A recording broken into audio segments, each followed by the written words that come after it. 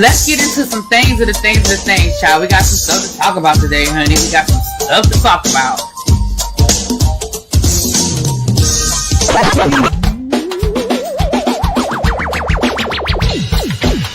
Hit that like button. If you are new here, go ahead and hit that subscribe button. We have a great time over here. You meant what you said when you said it.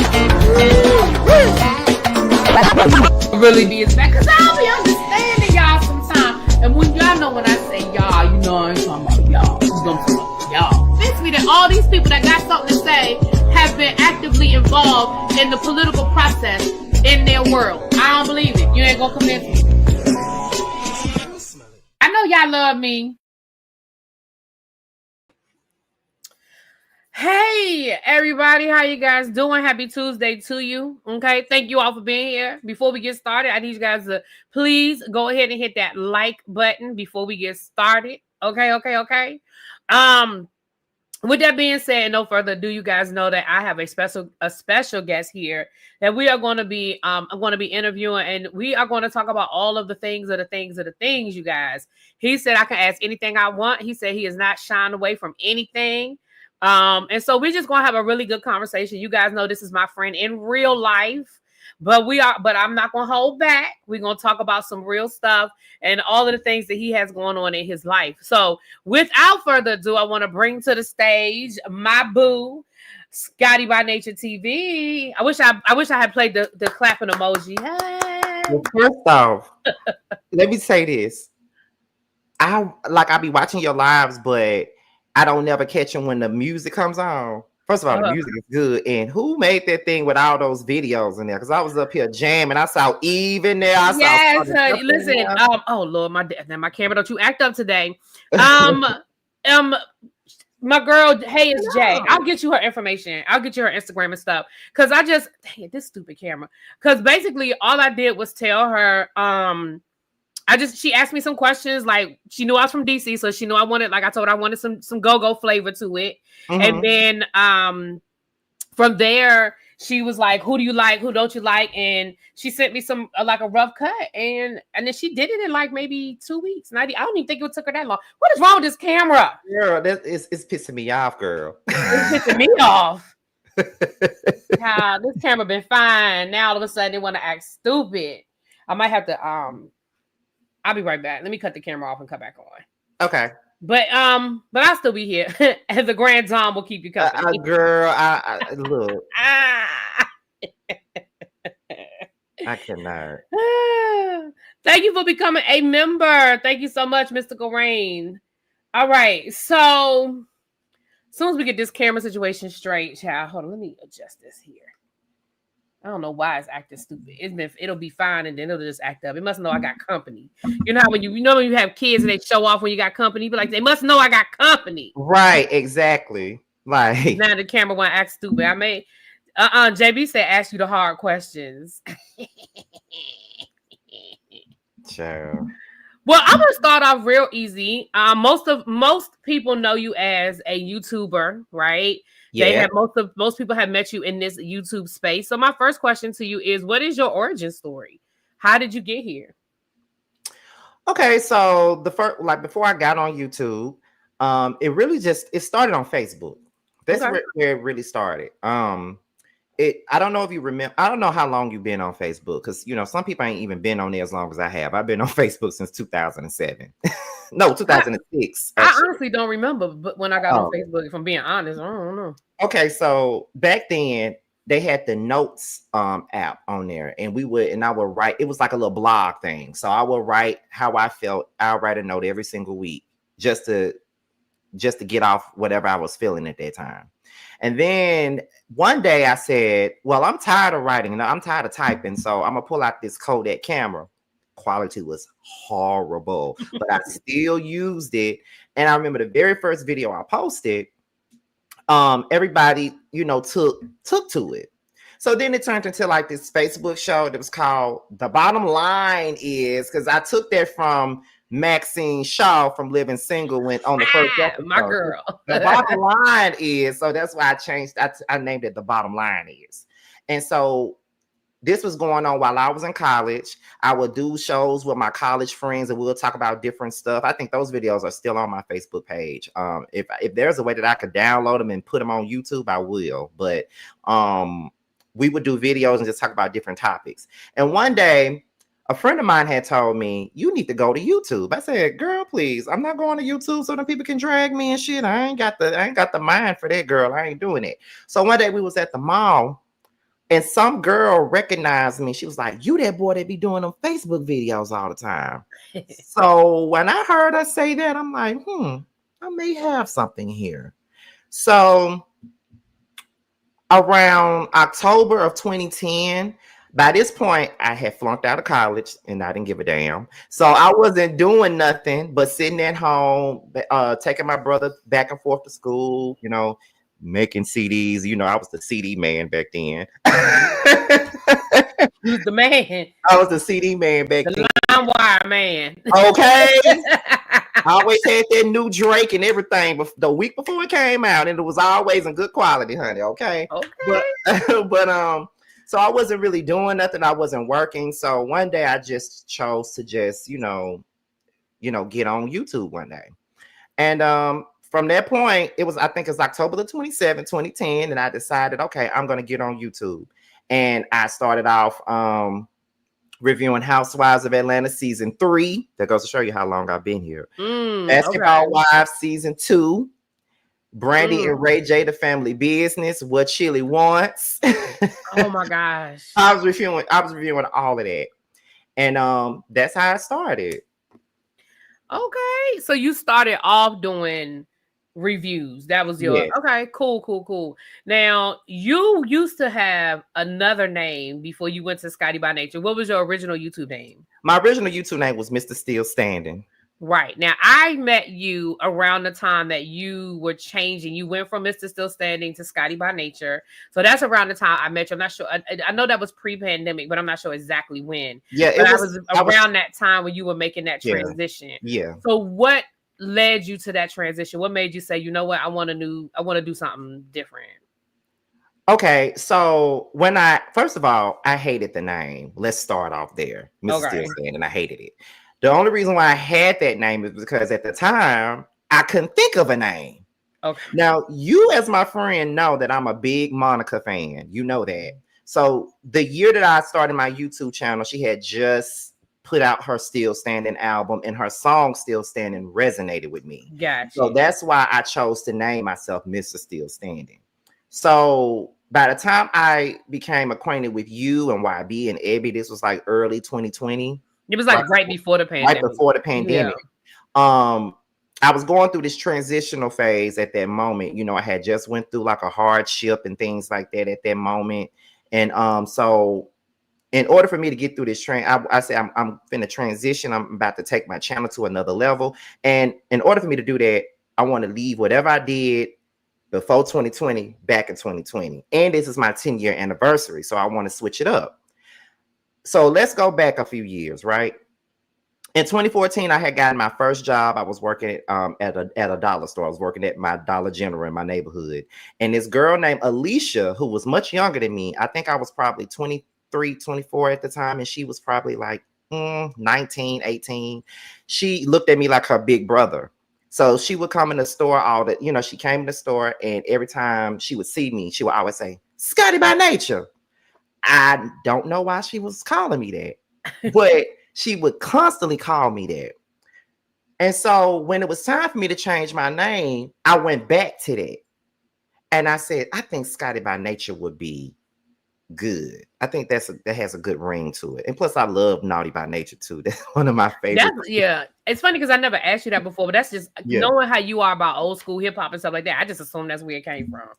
But she gave me that name in 2014. This is when I was still Mr. Still Standing back then. So she gave me that name. She just kept calling me that.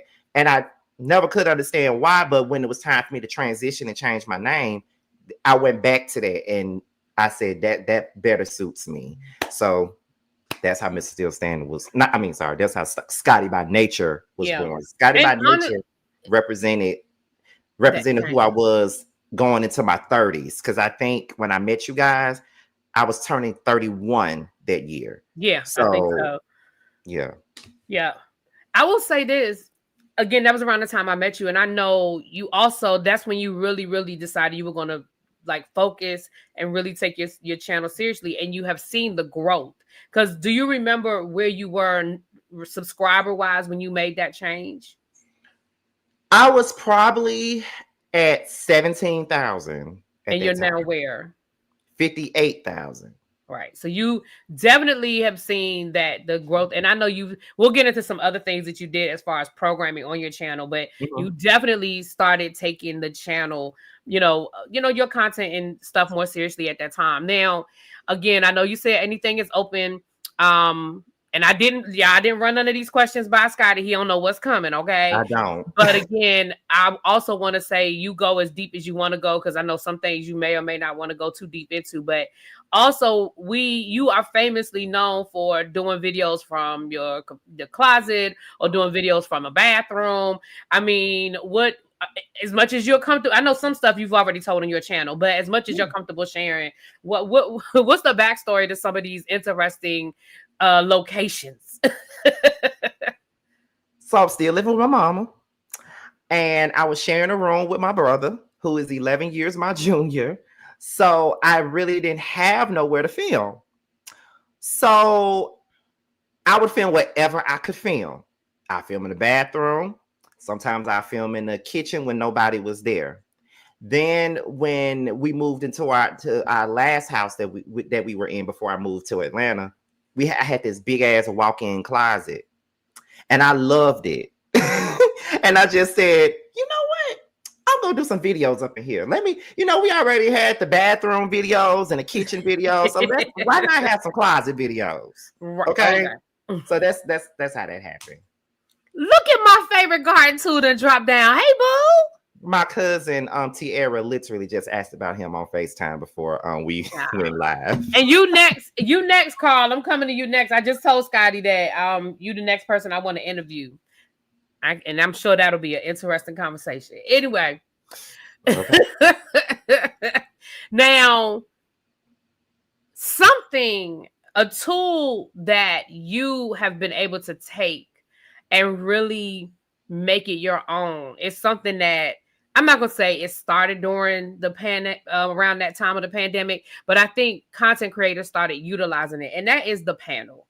Because that's how I first met you, and I don't even know who suggested it, right? I honestly don't know who suggested it, but I know myself, El Teddy 27, Abby Reviews, YB Speaks, and Kat, NT. I can't forget my boutique. We created something called the Just Us League, and it was funny because we didn't even have a name at first. We just were like, we were all reviewing, chasing reality, and we decided to do a panel. And we were all doing our individual reviews, but we decided to do a panel where we could just kind of talk about our opinions and play off each other. And we started doing interviews and things like that. And it became a big deal in that web reality space. People still ask, where's the Justice League? Where's the Justice League? And we still F with each other hard. We still here, but everybody's just kind of moving in different directions. The other day. Baby, the group, y'all can see that group chat. The group chat will be quiet for like a month, and then somebody will say something, and then it'll be lit up for 3 or 4 days. But but you were able to sort of take that concept, and you have created a major staple on your channel. You have the Whether You Like It or Not panel, all of the different spinoffs of the Whether You Like It or Not panel. You have the panel you guys do for chasing. You have Boys Night Out. You have the what's the one with UNT and JoJo that you guys do? Roast and Review. So you have what was it about? And I know the Whether You Like It or Not panel was supposed to just be a one-off, right? Yeah. But what was it about that concept of a panel show that intrigued you to the point where you even wanted to do that? The thing is, I like to collaborate with other people. I've always I like working with other people. Like, of course, I like doing my own thing, but I also like the camaraderie of working with different content creators, because that's something that I've always wanted to do. Like, I've always wanted to do videos with other content creators. The first time I really collaborated with somebody was Kingarees, because during that time we were friends, me, him, and Adrian Expressions. So he was one of the first, if not the first person I collaborated with. Mm-hmm. And then after him, I don't know if you even remember this person or not, but I think because back then there was no StreamYard, we had to be in each other's space to Right. do it. Yeah. So then the next two people I collaborated with, it was this girl by the name of Bianca Brooks, Queen Bianca Brooks, and this other girl by the name of now she goes by Queen Lovely. She used to be Melanated Crowns, but back then that name sounds familiar. Live with Leah show back then. And I remember going to New York and I collaborated with them, and that was in 2018. So StreamYard, basically doing that with y'all, they gave me the opportunity to work with people that I probably would never see. You know what I mean? And so that was my whole plan. And then, me and Jamar, we was in that transitional phase because he didn't know what he wanted to do with his platform either. So it kind of started with us doing a prelude together before we started interviewing. Yeah, I forgot about the prelude. Yeah. Yeah, and then it went from there because it was so many different people that I had on my wish list that I wanted to work with, and I felt like panel shows were the best way to do that. So that's why I used that. Right. So somebody's dropping in the chat who was wrong, which I love who was wrong. And then you also you reach back. Like you find people who might only have, I'm not even exaggerating. You find people who might only have 100 subscribers, but if you like their content, and you've never been one of those people that's like too big to work with somebody, right? There's some people that are like, you don't even have no numbers, but I have seen you, you've done it with me, but I've seen you in real time. Like when you first met Sakina, when you first found, Jamie, there were people who weren't where they are now.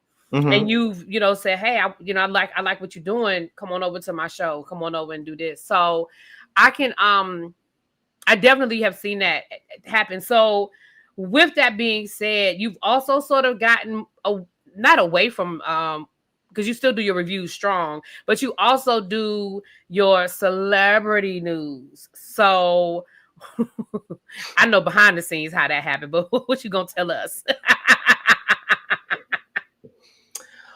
Well, there was a time where I did not care about celebrity news. Like I did not care.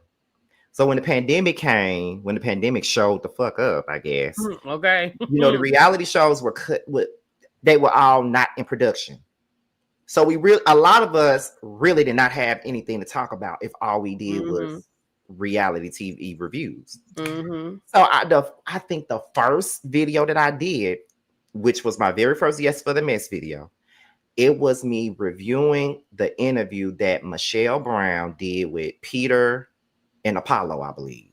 Okay. And I reviewed it, and she even commented on my review for that. And she was like, thank you for the review. Yes, for the mess, all that other stuff. I'm like, okay, And I continue to do it from that point on. So that's basically what happened. Like, do I really be giving a damn about this shit? No, but I know that everybody want me to say what I think about it. So. Right. And the reality is there's some stuff that we don't care about. There's some stuff we be passionate about. Yes. But I think we care more than we do when it comes to other people's lives, but we do know that y'all want to hear our opinion on it, Right. So I don't want to we'll get to the mess a little bit later on, but I'm not going to dig in your closet and pull out mess that's years and years old. But what I will say is you have had run-ins with content creators in the past. What are some lessons learned? I don't even want you to regurgitate because people have moved on with their lives, but because we're going to get to the current mess later. But what lessons were learned as it relates to, because, the reality is maybe you can't work with everybody. What are some of the lessons learned from some of those relationships?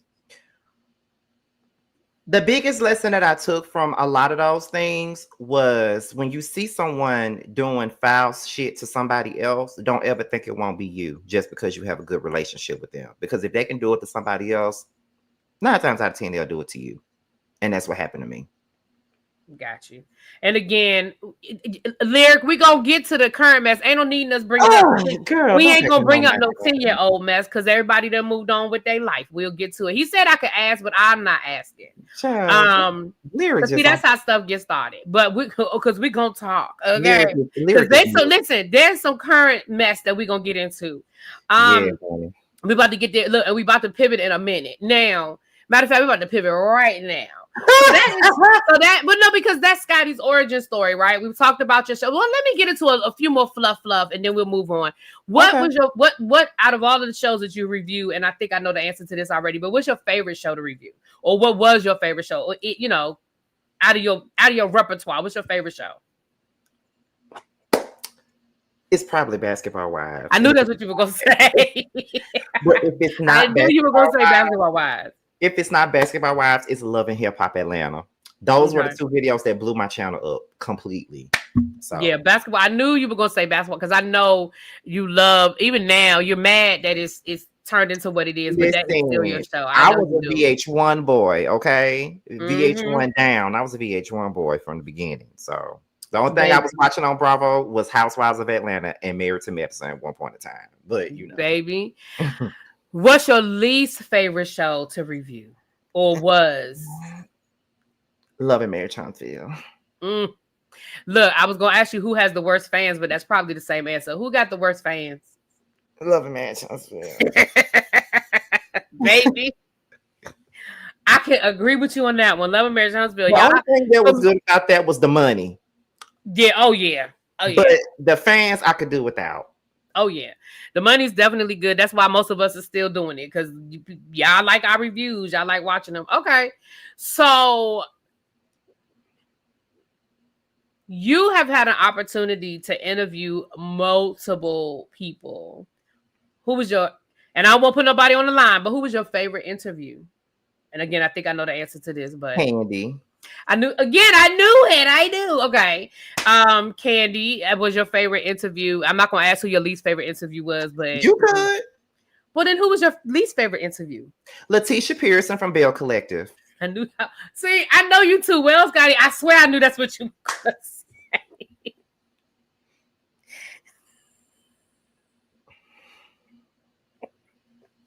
Why? Because I feel like, and I told you, I'm going to be very honest, and I'm going to answer every question honestly, right? Right. So when it comes down to her, I did not like the way she tried to play me, in my opinion. I don't feel like she took my platform seriously. Like, I feel like, first of all, we're both from Mississippi. Number one. Number two, I'm just as important as anybody else. The same way you can be on time for a Carlos King interview or a DJ Richard Scott interview, baby, be on time for Scotty by Nature TV too. Because I got things to do as well, and I'm just as important too. I may not have the numbers that they have, but baby, I got numbers too. Okay? So respect me and respect my time. Don't have me waiting for you for a whole hour for a fucking interview, and then when you finally do it, you don't even want to answer no questions. That's facts. So that's facts. Yeah. That's facts. So in the YouTube space, who would you fan or who have you fanned out about, like meeting in real life or meeting even just through this, like a StreamYard or interview? Who have you fanned out about? So this was probably like 2 years ago, right? Chasing Atlanta was filming at this ranch in Fayetteville. I was here for, I was always coming to Atlanta back then. So I was here for whatever reason. I don't know why I came. Just probably a random trip. And the ranch belonged to none other than Sweet Addictions TV. And that was one of my favorite YouTubers. Her and Kevin and Mikhail were my inspiration to start my YouTube channel, as a matter of fact, if I forgot to bring that up for my origin story. But those were the ones. Sweet Addictions TV and the Scorpion Show were the two platforms I watched heavily before I started. And when I saw her, I was like, oh my God. I said, I'm so happy to finally meet you. I'm not going to fan out though. I promise you I'm not. And she was like, it's okay. I'm like, oh my God, I can't believe, oh my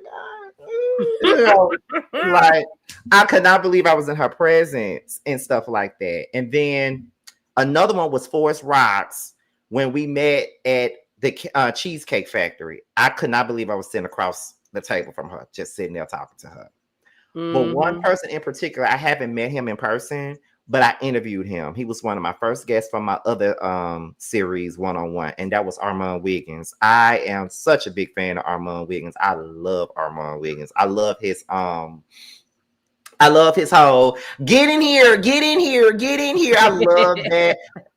I love like whenever he talks about female rap commentary, he is the person I go to. I really don't want to go to nobody else besides him for female rap commentary.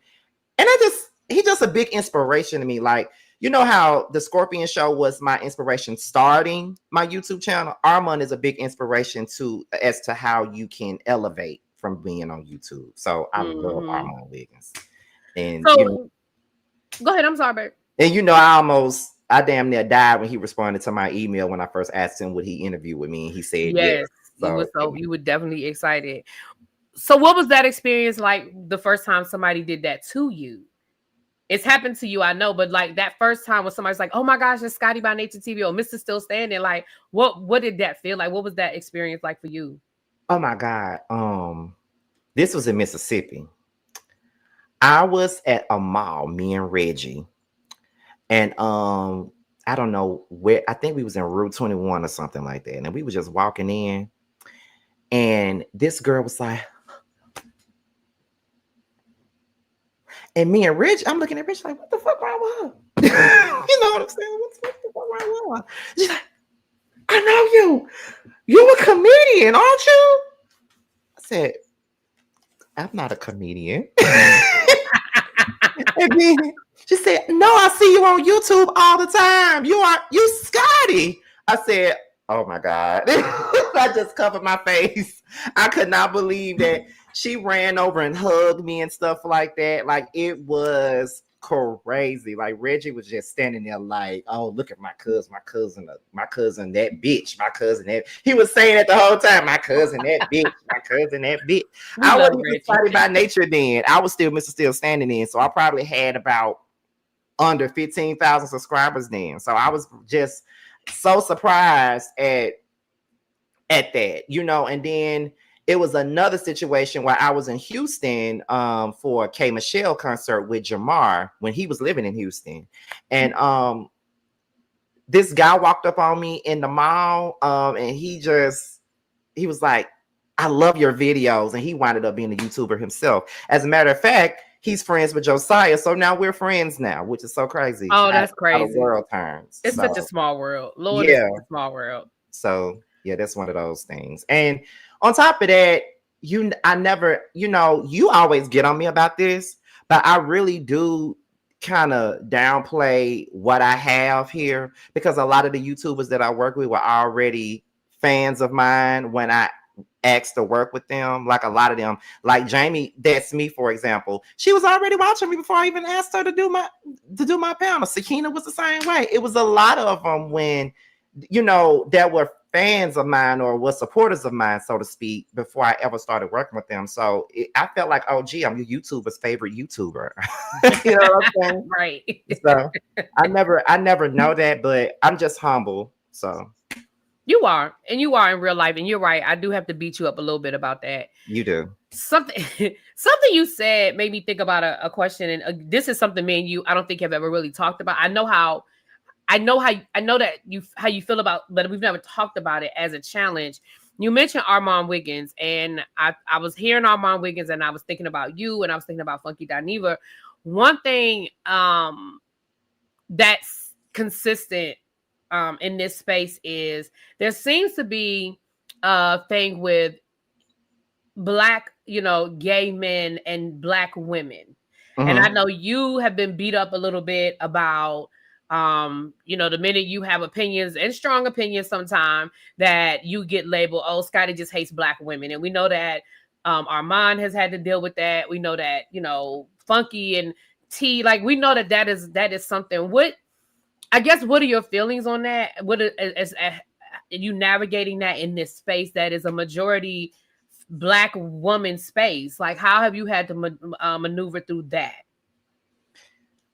Okay. I'm gonna be honest, and I'm gonna say that it's very unfortunate, and it does hurt when I hear people or see people say that. You know what I mean? Like, and once again, I did say I was gonna be honest, right? Yeah, be So, honest. Yeah. um, Because I think people need to hear the other side of it. Because I think yeah, that, and I'm gonna speak for myself as a Black woman, I think that's such an easy go-to mhm, when you don't agree with somebody, and it's easy to be like, "Oh, you just hate Black women." Because if I say something and you say something, we get a different response, and a lot of times we're saying the same thing. So, right. So when I first heard the whole Scotty hates Black women thing, it was really during Love and Marriage Huntsville. I had mhm. never heard of that until then. And I'm not gonna lie, like people will say that I'm sensitive and I'm a crybaby and all this other shit. And people can say whatever they want. I don't care. I'm a human and I got feelings like everybody else. And the thing about me is that I wear my shit on my sleeve. If I'm angry, I wear it on my sleeve. If I'm sad, I wear it on my sleeve. If I'm excited, I wear it on my sleeve. All of my emotions, I wear them on my sleeve. So you can call me sensitive all you want. But as a Black man and as a Black gay man who has spent most of his life being his mother's protector, being his female friend's protector, even got my ass whooped being my sister's protector from another man. For a person to say that I hate Black women because I may not be a fan of your favorite person, or I may not agree with what a woman may be saying, that's hurtful to me and that's baffling to me when I prided myself on protecting women in my life.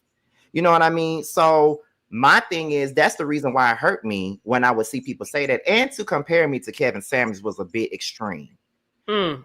or to Tommy Sotomayor, whatever his name is. To compare me to people like that was just completely crazy to me, and it was getting to me.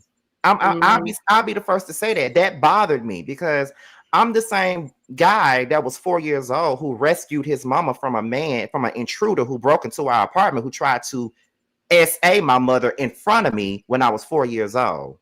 I was the same person where my mother was in an abusive relationship. I was the one that was always protecting her. So, and when my female friends would be in certain situations with their boyfriends or whatever, I was the person that they called to protect them. So to hear people who don't even know me base something that I said about a woman on a reality show and say that I hate Black women, that was a lot for me. I didn't like that. And I still don't like it to this day.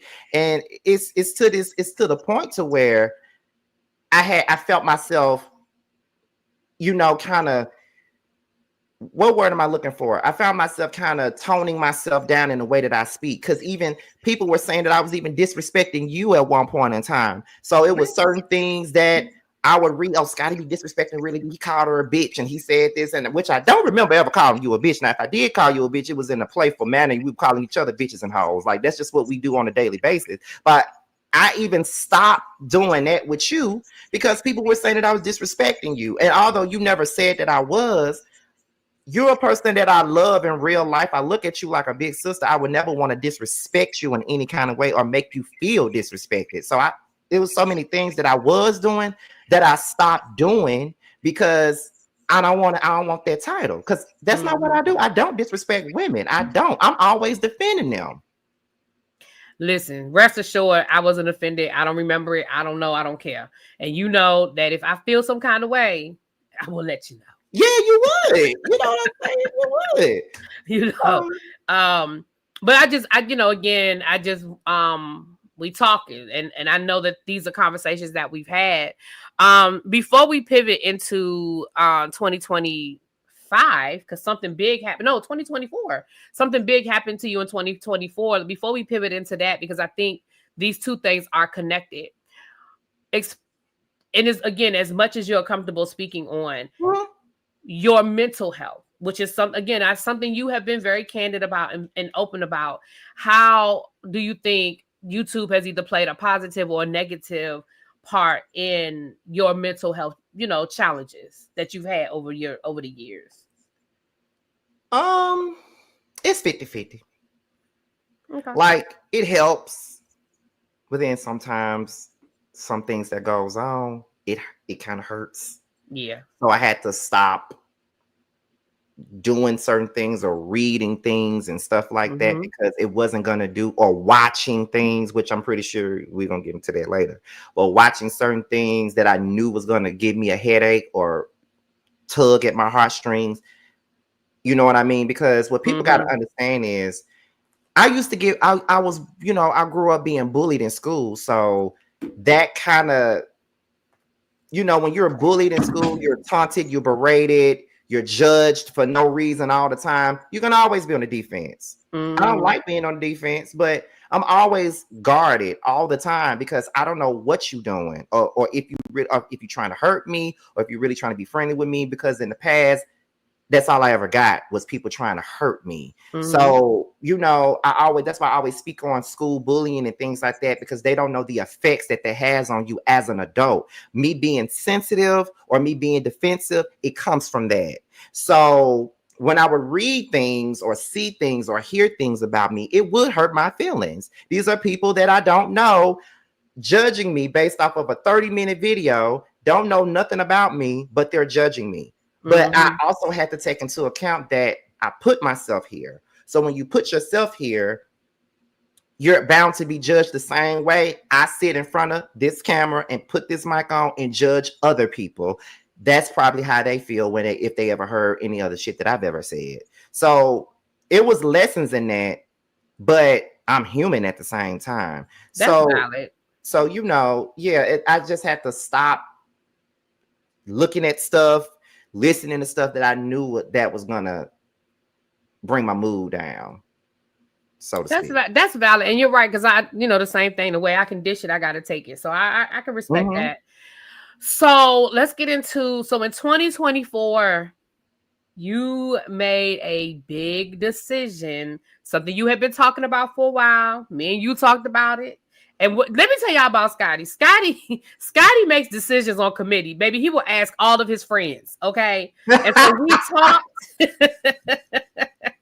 and you made the decision that you were going to move to Atlanta. So Yes. first I'm gonna say, why Atlanta? Well, no, why did you decide to move out of Mississippi? Let's start there.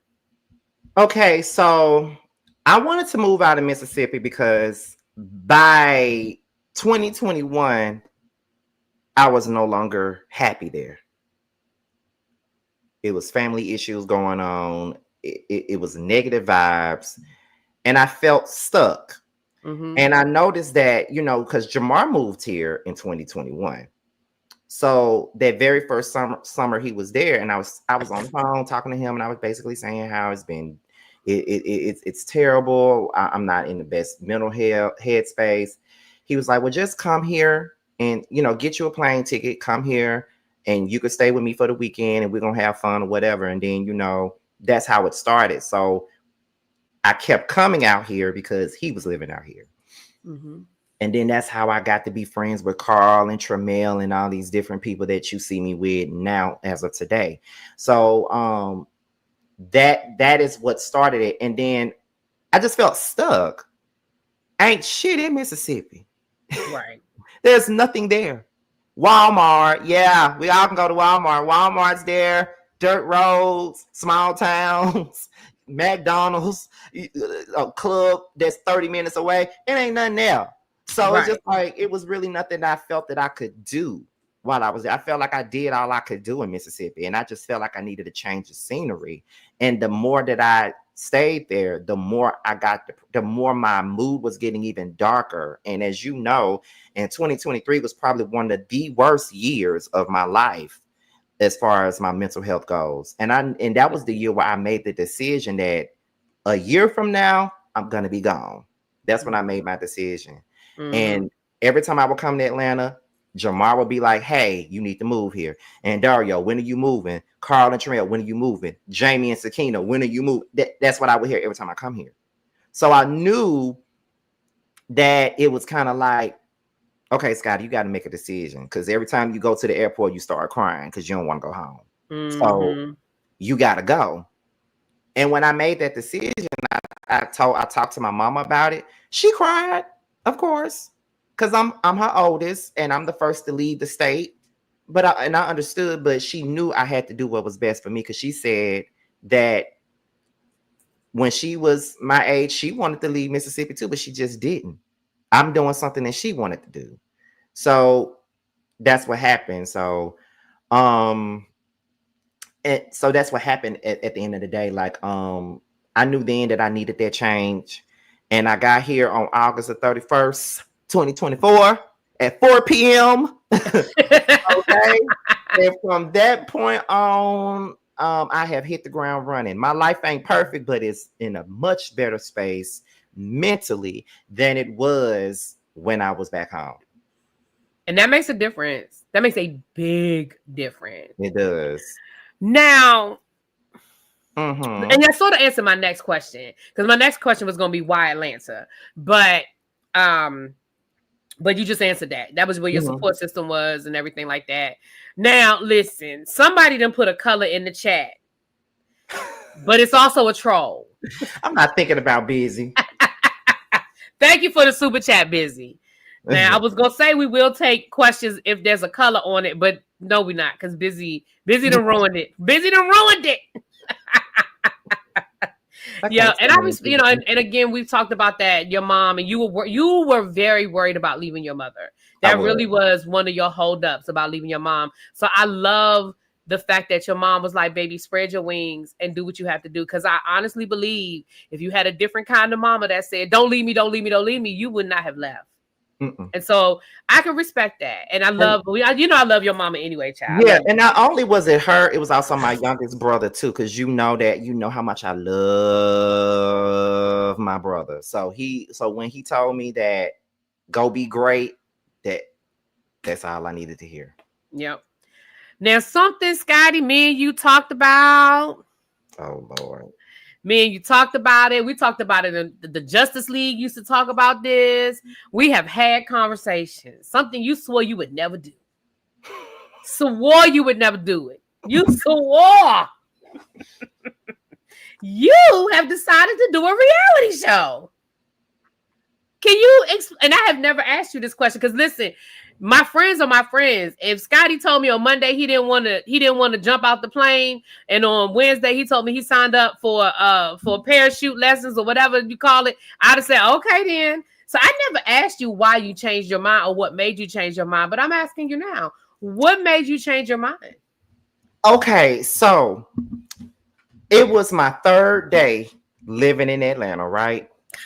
I had got a DM from a producer from another reality show. I'm not sure if I should say it right now because I don't think they want people to know when they coming back or if they coming back or not. Whatever. But it was a reality show that one of my dear friends that already lived here was on, and he asked me would I do a scene with my friend, and I said sure, why not? But the more I talked to him on the phone, he said, why aren't you not on a reality show? I said, because I'm boring. And then he said, no, you're not. You are funny as fuck. Like, why aren't you on a show? Like, they need you. Why are you not on the show? And I said, I don't know. I don't really be with the drama and shit like that. Like, I ain't got time for that. Like, I don't know if I really want to do no shit like that, but whatever. So it started from, well, can you do a scene with your friend too? Can you do another scene with your friend too? Well, if you want to just pop up from here and there, I'll allow you to do that. I'll even give you a confessional. And I'm just like, But then they had stopped production.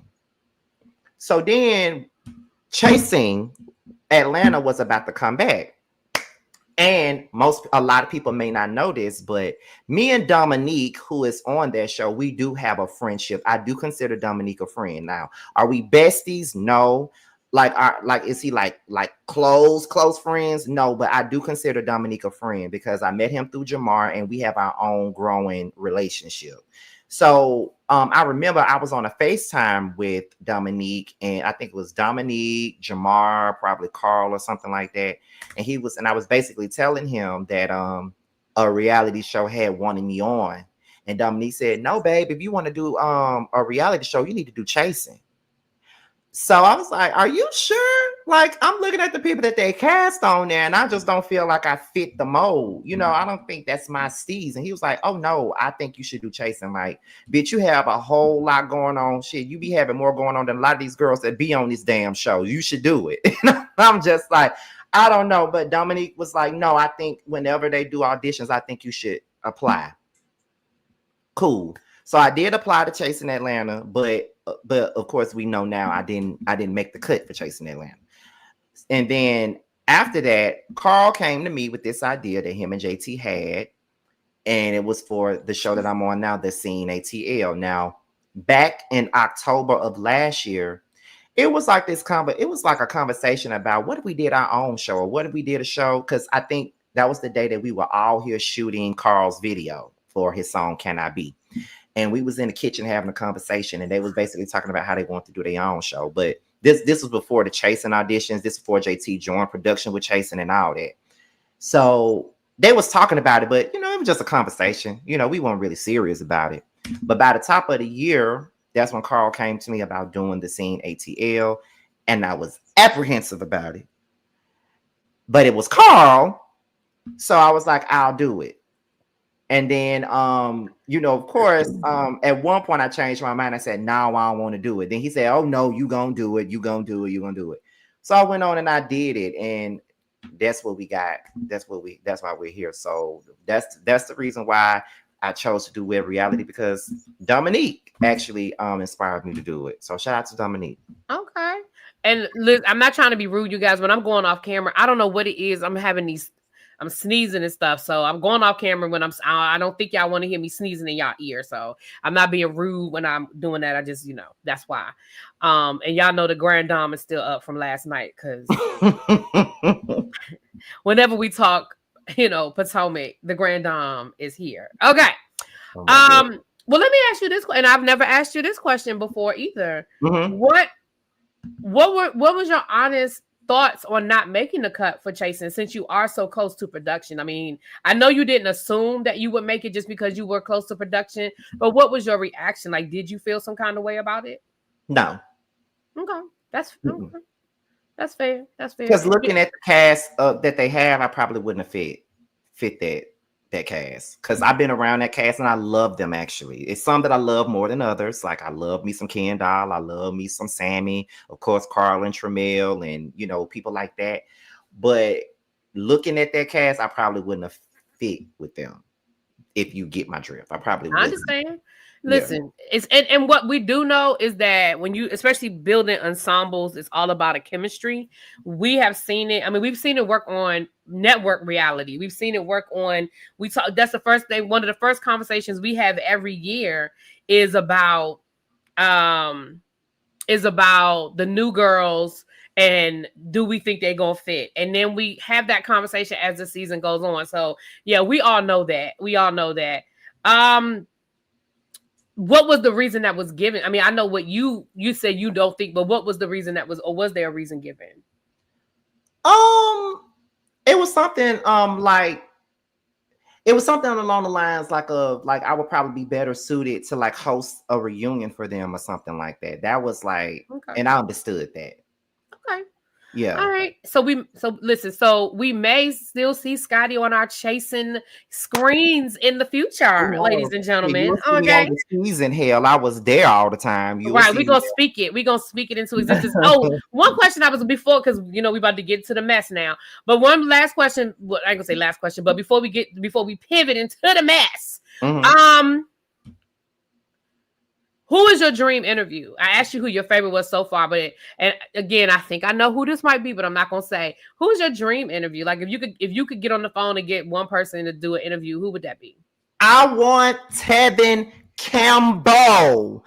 I want Tevin Campbell. That actually does surprise me that you said Tevin Campbell, but it doesn't surprise me because I know how much you love Tevin Campbell. But it surprised me that was your dream. Yes. Okay. Yes, I love him. I love Tevin. Have y'all ever seen Scotty karaoke and do Can We Talk? Because that's a key. God. That's a key. Him. Somebody clip that and send it to Tevin Campbell, y'all. Clip it and send it to Tevin Campbell. Every year I get on Twitter and I always say, I know I say this every year, but I really want to interview Tevin Campbell. I don't know how to get in contact with him. Somebody please put me in his space, because I want to interview Tevin Campbell. All right. Okay. Well, somebody get that to Tevin Campbell. And on top of that, next year, I'm really going to go into my music content really heavy next year, too. So that would be something else for me to do. I want Tevin and I want Monica. I want both of them. Ooh. Now, Monica, I expected Monica. I expected K. Michelle. And K. Michelle. We know how you feel about K. Michelle. Let's just say this. My top three, I want Tevin, I want Monica, and I want K. I want those three. I want them. I do. Tevin Campbell's a Sigma? Is he?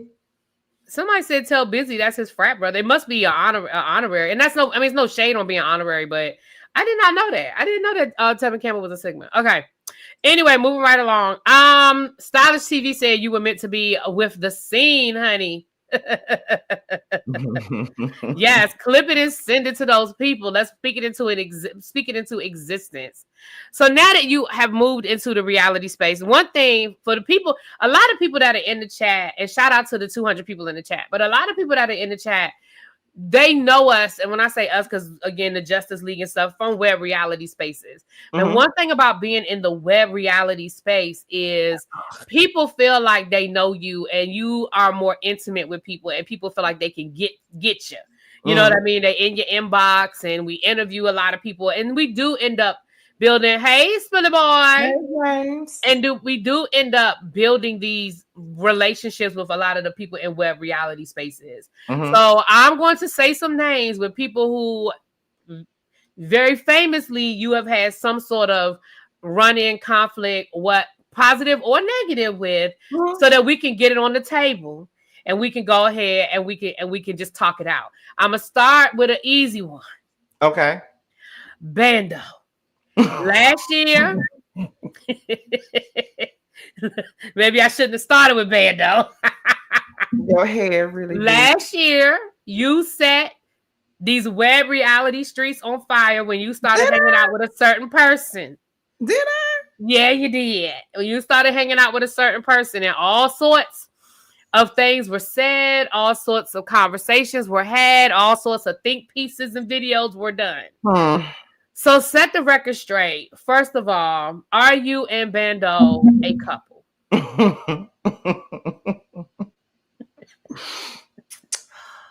You know how you have one side friendship, the other side relationship, and then you somewhere in the middle? That's where we at. Okay. So you in a situationship. It's complicated. You have to watch the show. But I would say that you know, when we started doing the scene ATL, me and Bando wasn't even in the best of places. I know. When we started the show, like we wasn't really speaking like that. So by us doing, and that's one of the reasons why I was kind of apprehensive about doing it, because we wasn't in the best of places, and I knew how I felt about Bando, and I did not want anything to hurt it. You know what I mean? But what I will say, and you may get your answer by me saying this, doing the show did not hurt us. It actually helped us a whole lot. Actually, it really did. It helped us a lot. It actually has brought us a lot closer than we were before when we first started dating. So it has definitely brought us a lot closer than before. So it's a journey. And I know that this is part of your storyline on the show, so I can't really speak too much to it. But he has been accused of, using you for clout and being a clout chaser. Is that something we just have to wait and watch the show and find out about that conversation? I mean, they've been saying it from the very beginning, and then of course it came up on the show and stuff like that. So if you want to ask me what I think about it, you can. I mean, it don't matter. Well, I mean, honestly, I can ask you, but not for me. I feel like if you felt like he was a clout chaser, y'all wouldn't be close. Wouldn't be around me, right? Right. But so then let me change the question. Let me ask it a different way. Is that something you guys have had to navigate through in your relationship? Yeah, I will be honest and say I don't want to speak for him, but I'll be honest and say that that narrative does kind of bother him. That people think that he will use me, or people would think that he would just be around me just for some clout or something like that, or whatever. And it bothered me. I mean, it made me feel some type of way, which I said in a scene on the show.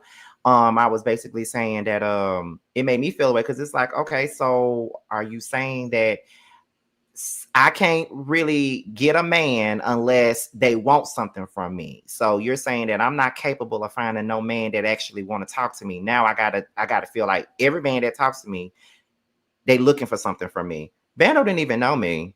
I'm the one who actually shot my shot at him, actually. You better say that for the people in the back who didn't hear that. Say it I one more shot my time. shot at him. He was on the way up Atlanta, the last season that they did. He was on that show. And my friend DJ, who's also on the scene Atlanta this season with us, he was on that show. And I was watching that season because of DJ. And when I saw Bando come across my screen, I paused my TV. I text my friend DJ and I said, I want your friend. And he said, who? I said, Brandon. That's his real name. And he was like, okay, I got you. He put us in a group text. And then he told Bando that I had a crush on him and that I liked him and all this other shit. And then he said, how often do you come to Atlanta? And then I was like, I come all the time. I'm actually coming in 2 weeks for my birthday. And so he was like, what he say? So he said, well, can I come to your birthday dinner? I said, yeah, sure. He said, well, let me know when it's going to be. Girl came down here for my birthday, didn't even bother to tell that boy that my birthday dinner was on such and such day at Hudson Grill. I forgot all about telling Bando that. And then, but I started like promoting his music. He never asked me to. I'm the one who asked to promote his music. A lot of the times they don't ask me. Sometimes if I like your shit, I just promote it on my own, free of charge, and all this other stuff. So I started promoting his music, and then we were talking, and then we met at brunch, which was where the very first pictures of me and him came out, and everybody started going ham about them. I remember and that. We went to brunch with Jamar and Sakina, and it went from there. So we've been doing what we're doing ever since then. That was November 2023 when we first. All right, we're gonna take a pause real quick. We're gonna take a quick pause for the calls before we get into more mess. First of all, shout out to the 280 people that are in the room. If you haven't done so already, please hit that like button. But here's what I really want y'all to do. Thank you, Ray. He told me to tell you hello too. He just texted me saying he can't. He said he can't reply or something. I don't know why he can't reply, but he said he can't reply. But in my chat, he's not blocked. I don't know. He said he's not blocked. I don't know why. And I'm on both channels, so I know I don't have him blocked, and I know ain't no mob block Bando, and they better not have. You know that. You know I'm cool with Bando. But Stylish TV, which is the YouTube channel where Scotty's show is going to be on Scotty's show.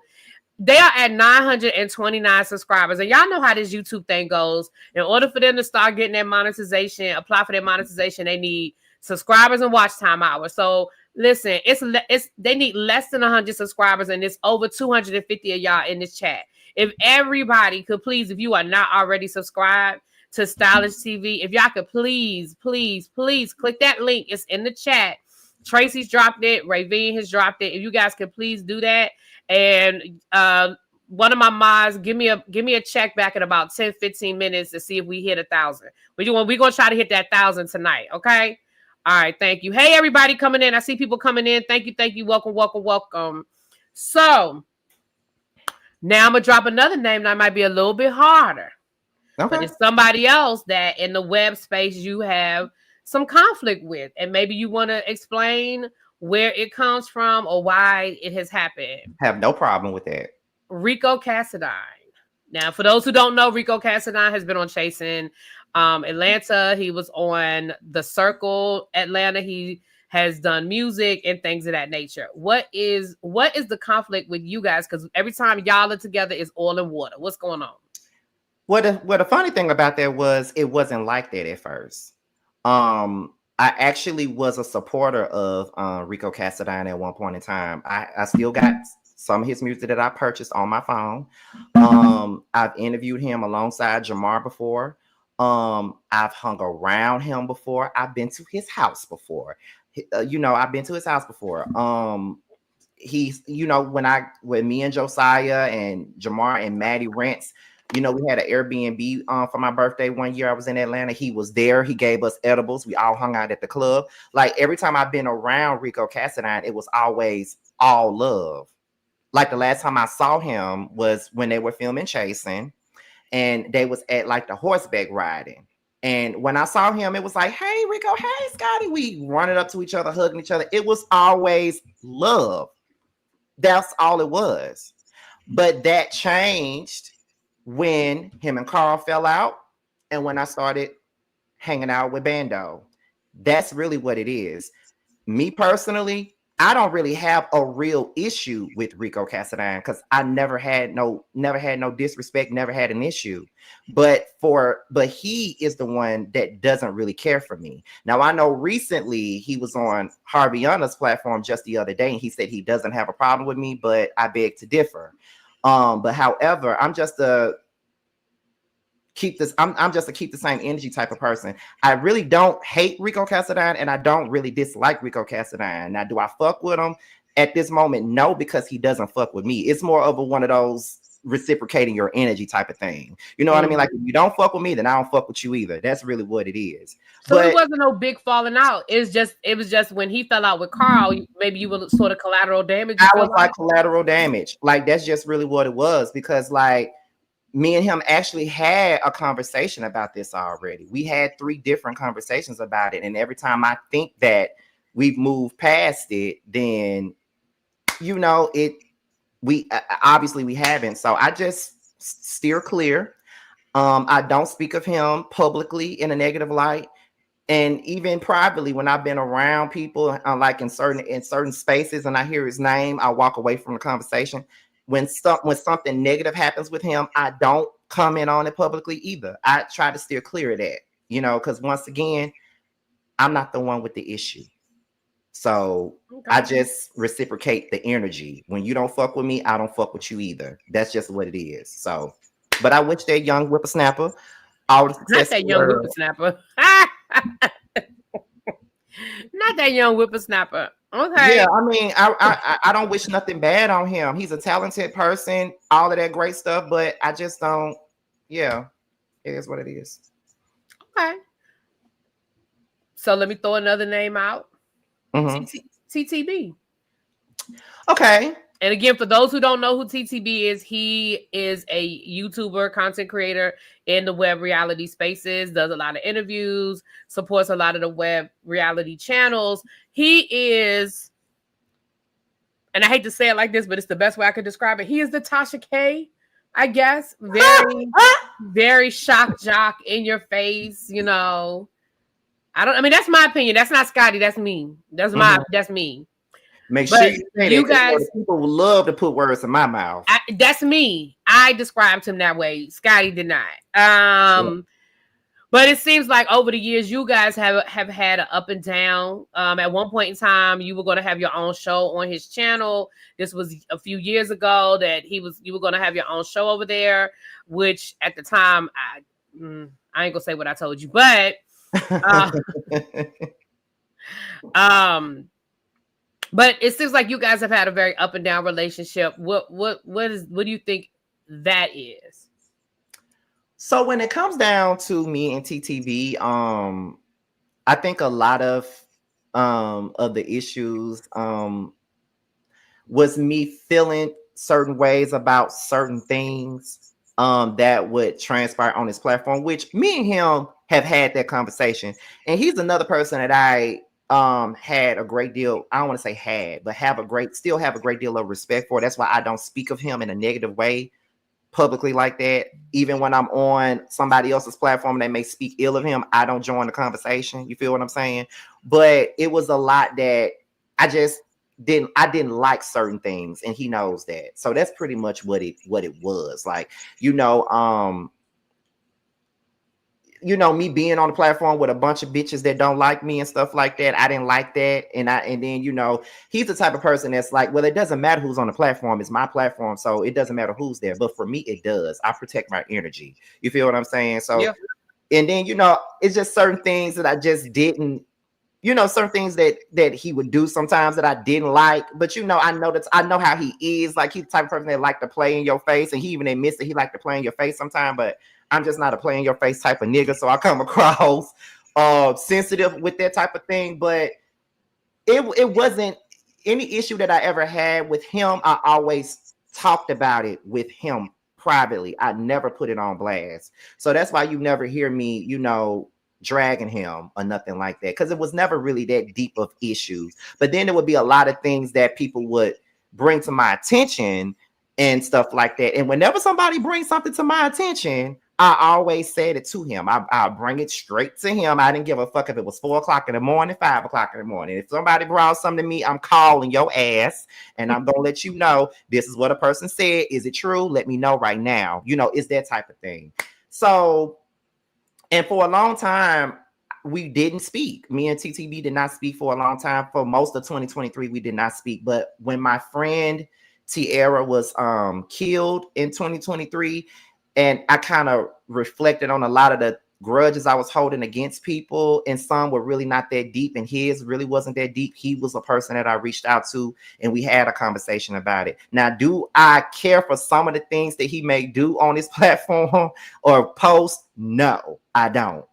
But it is what it is. It's not that deep. It's not no major beef with me and TTB. It's never really been like no beef. It's always, I don't like that. Or I don't fuck with that. It's always been that. So. Okay. Now, and Bando, you walked in just at the right time. Hey, Bando. What's that number count over there on Stylish TV, y'all? Let us know. I think we were up to 950. So we have 50 more to go. Listen, it's 250 y'all in here. I know it's 50 y'all in here that have not subscribed to Stylish TV yet. We're going to get them to 1,000 tonight. Tracy, thank you for the super chat. Tracy said, when am I getting the rest of the book series? Since we don't read them in members only anymore, I need an update about Sierra. Don't tell the people the story. Girl, that is the Tracy book that's about to be worked on next. That's why I just stopped reading it, because that's the next book, girl. Well, I'm gonna ask you about the book. We got caught up in the mess, because we're gonna get to this last little bit of mess, and then we're gonna talk about the book, and then we're gonna talk about the future of Scotty by Nature, and then we're gonna get us out of here. We've been here for a little over an hour. I was trying to keep it to an hour, but we just having such a good conversation. Mm-hmm. So, Thanksgiving night, Scotty.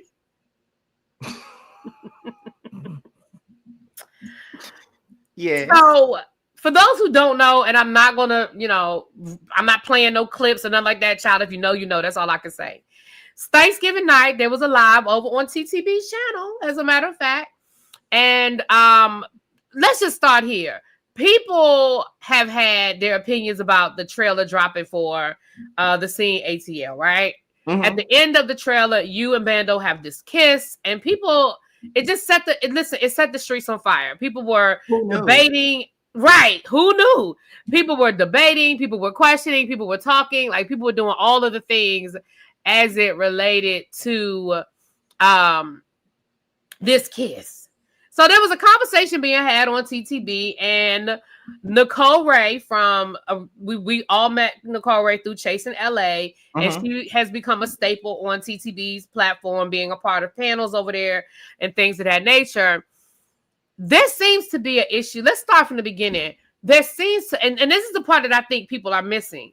Yeah. You and Nicole have had a contentious relationship for a while. This didn't just happen. It didn't just happen on Thanksgiving night. It was already something. And I think that's something that a lot of people did not know. Right.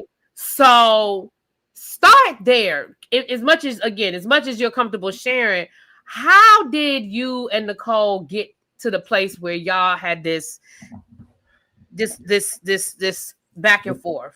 Okay, so I remember when she was on Chasing LA, and we was doing the prelude, and Jamar would be the one to reach out to the people for the interviews, and he reached out to her to do the interview with us. We did actually 2 interviews with her, because we did one where it got ended abruptly because something happened with her mom.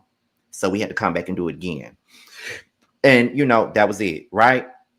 Now, in that time period, I had very little interaction with Nicole. Now, if you want me to be honest, even before I had any interaction with her, I'm going to be real with you. Me and Nicole probably wouldn't get along in real life anyway, because the personalities are different. I don't take too kindly to personalities like hers. And that's not no shade. I don't you know, that I don't take kindly to that. We wouldn't get along. We wouldn't. It would be a oil and water type of situation from the beginning because I don't get along with people like her personality type in real life. You feel what I'm saying? Mm-hmm. But that don't mean I don't like them. It's just that personalities just don't mesh. So when I started talking to Bando and stuff like that, it became this back and forth thing where it was I hit it first, or I did this first, or whatever. And I don't give a fuck. You feel what I'm saying? Like I Right. don't care. You know what I mean? And you know, at first it was cool, but then it continued to be that thing. In my opinion, it continued to be I hit it first, I hit it first, I hit it first all the time, or whatever. And it became somewhat of an annoyance factor. But once again, I didn't dislike her. It's just that she was annoying to me at that moment. Like, you know how you know how you don't dislike a person, but you find them irritating as fuck. That's how I found her. Again, this is a personality that I probably wouldn't get along with in real life anyway. So one of the things that happened was when me and Mr. Cassadine had an issue on TTB one night. We had like me and him was having a back and forth, and she jumped in it to defend him, and that pissed me off because I felt like she wasn't needed. And she felt like she had to jump in because my dear friend Jeremy Speaks TV was also in that conversation. And he was in that conversation to vouch for me because I was being called a liar and Jeremy was present for certain things that had transpired. So he was just there to confirm what I was saying, not necessarily to jump on Cassadine, but to confirm what I was saying. But she felt like she needed to protect her friend. Fair, but not fair. Because at that moment, I didn't give a fuck about none of that. Like I didn't need your 2 cents. So I was pissed off at her about that. And then of course I blocked her on Instagram and all that other shit. So then probably about weeks later, a person that me and her had in common put us on the phone and we had a conversation about it. And we moved on. I unblocked her after a couple of months. I never followed her again, but I did unblock her. So it really wasn't nothing after that. And that was it. But I really wasn't going on TTB's live like that either, because whenever certain people that I don't like would be up there, I wouldn't come. You know how I am. I'm a who all gonna be there type of motherfucker. Right. If somebody up there that I don't fuck with, I ain't coming. Is the move ain't gonna be right for me? I ain't coming. I'm trying to protect my energy. I don't want to be around nobody. I don't give a fuck if it's virtually. I don't want to be around you if I don't fuck with you. That's just what it is. So I remember a couple of weeks ago we was on a live together, me and her, and you know, we had a pleasant conversation. I said, at one point, I thought that you didn't like me or whatever. She said, no, I don't. I love you, Scotty, blah, blah, blah, blah, blah, whatever. So we had a good time. But then I'm not gonna lie, I had heard that she had said some garbage about me or something like that, and I was back on guard again. Cause it was kind of like once I let something go, I literally let it go. I want to move on. But if I hear that you talking about me, then whatever. But I never brought it up because it really didn't mean shit. I was just back on guard again.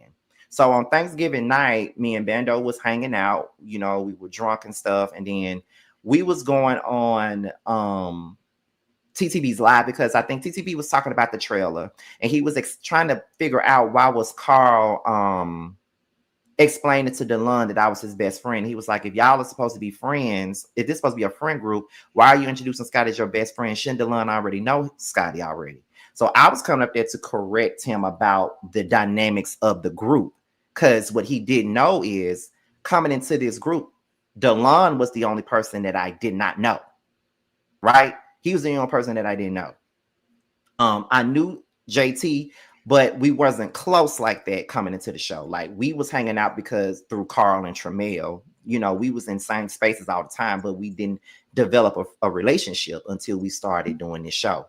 That's what I was coming up there to do, because I could really care less about what they're saying about audio or whatever going on with the trail. I didn't give two damns about that. It was more so about me coming up to do that. But then in the moment, she was up there talking, and I'm being completely transparent because at the end of the day, me and her have already talked already and kind of moved on from this whole thing. So I don't really want it to look like I'm regurgitating nothing. Right. I'm asking. So yeah.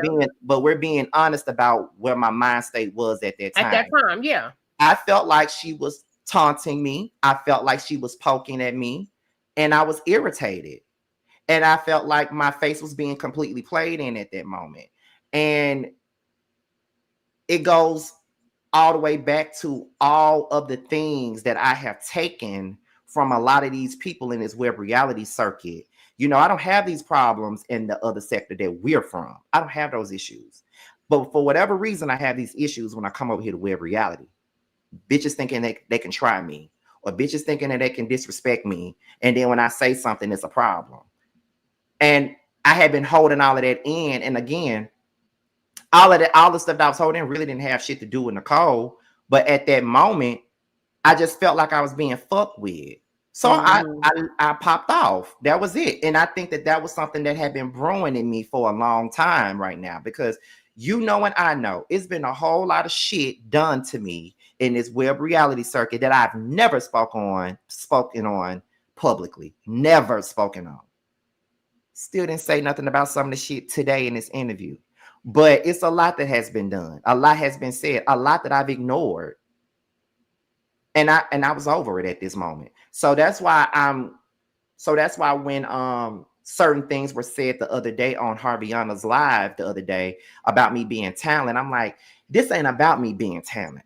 I don't give a fuck about being talented. Baby, don't you realize that I've been on YouTube for 15 years? I have seen worse said about me in comment sections, on message boards. I have seen worse shit that have made me cry my motherfucking eyes out. Do you really think I care about what y'all think about a trailer? Do you think I really care about what y'all think about my church suit I wore in the damn cast photo? Do you really think I'm mad about any of that? No. Like, right. Y'all taking me too seriously. When I went up there and I said, I just came up here to say, I don't give a fuck about what none of you hoes got to say about what I got on. They making it seem like I'm so defensive about it, or I'm just so mad about what they say. Girl, I don't care about what y'all think. I literally don't care. But it's just, people already got this sensitivity, you know, band-aid on me. Like, everybody already want to say that I'm sensitive, but they only think that I'm sensitive because I'm not gonna take y'all shit.